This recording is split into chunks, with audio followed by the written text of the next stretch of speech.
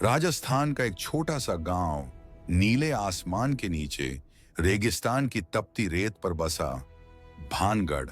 दिन में यह जगह एक खूबसूरत खंडहर लगती है, लेकिन जैसे ही सूरज डूबता है यह खंडहर एक श्रापित नगरी बन जाती है। कहते हैं सूर्यास्त के बाद यहां कदम रखना मना है।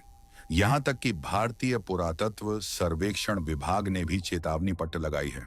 सोचो, एक सरकारी बोर्ड किसी जगह पर भूतों से सावधान रहने की चेतावनी दे तो वह जगह कितनी रहस्यमयी होगी। भानगढ़ का इतिहास उतना ही रहस्यमय है जितना इसका श्राप।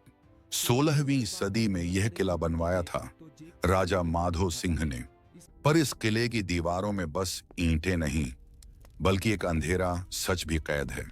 कहा जाता है कि इस इलाके में पहले सिंहिया नाम का तांत्रिक रहता था। वह रानी रत्नावती की खूबसूरती पर मोहित था।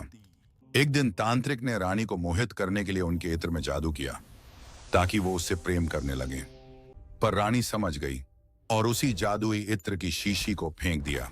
शीशी टूटते ही जादू उल्टा पड़ा और वही तांत्रिक उसी जादू की लपटों में झलकर मर गया।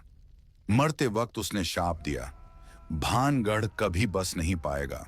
कुछ सालों बाद राज्य पर हमला हुआ। युद्ध में राजा, सैनिक और रानी सब मारे गए और तभी से भानगढ़ एक शापित खंडहर बन गया।